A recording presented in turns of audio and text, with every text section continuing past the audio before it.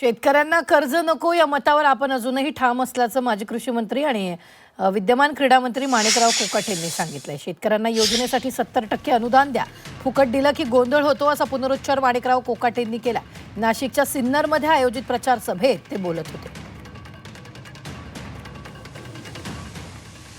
कृषी मंत्री असताना मी त्यावेळेस हेच म्हणतो, तो आजही माझं हेच म्हणणं आहे की शेतकऱ्यांना कर्ज या ठिकाणी देऊ नका।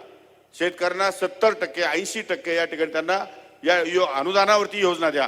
100% भांडवली खर्च हा सरकारने केला पाहिजे। फक्त एका 10-5% एकदम फुकट नको, फुकट गेल्यावर गोंधळ होतो जरा। त्यामुळे फुकट नको, 10-15% पैसे फक्त त्यांच्याकडनं घ्यायचे, 85% पैसे रक्कम ही सरकारने गुंतवायची। त्यामुळे तो शेतकरी खऱ्या अर्थाने चांगले दिवस येतील ही माझी धारणा तेव्हाही होती, आजही आहे, उद्या पण राहणार आहे।